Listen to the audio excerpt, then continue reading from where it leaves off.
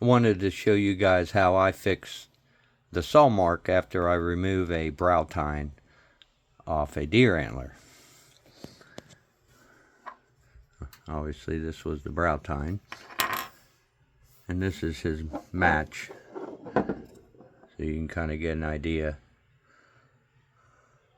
But if you want to remove it so that you have a nice looking handle. But this is it right here. You can kind of tell where it was, right in there. But what I do is I try to follow the patterns of what's there, like the grooves and the little knobs and ridges and whatnot. And the valleys are a little darker too. So I take a Dremel tool. It's a diamond round bit. I think it has like 4 grooves on it, but it's from a cheap Dremel set. But I use that to do the grooves and whatnot in there. And then after that, I take fine sandpaper and just run it over, just to make sure there's no rough edges left from it. And then this is the important part for me. I don't know about you all, but the stain. You can see the color.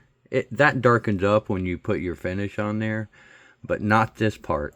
This part will look like that, where the saw's been. That's been stained too.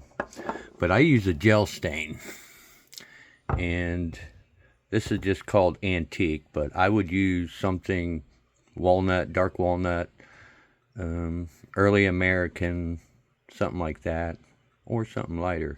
But the gel stain, what it does is it adheres to the bone better. And you can play around with it with a brush or a Q-tip. I use a Q-tip, and that way you can leave dark areas inside the crevices and that. Then once you like the look of it, then you take a heat gun, or if you don't, I can't wait, so I always take a heat gun and I get it to where it dries fast.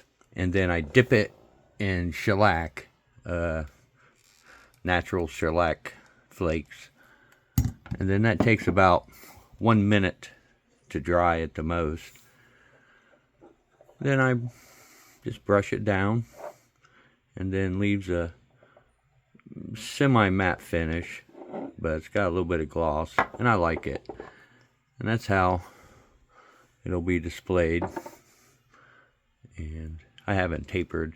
I will taper these walls just thin, about an 1/8 inch thin of the blade, and that way when I wrap my sinew or cordage, it comes up and there's a wall right here, that there's a fine transition between the material you're wrapping and the handle. But I just thought I'd share that with you. Maybe you guys already do that, maybe not. Take it easy.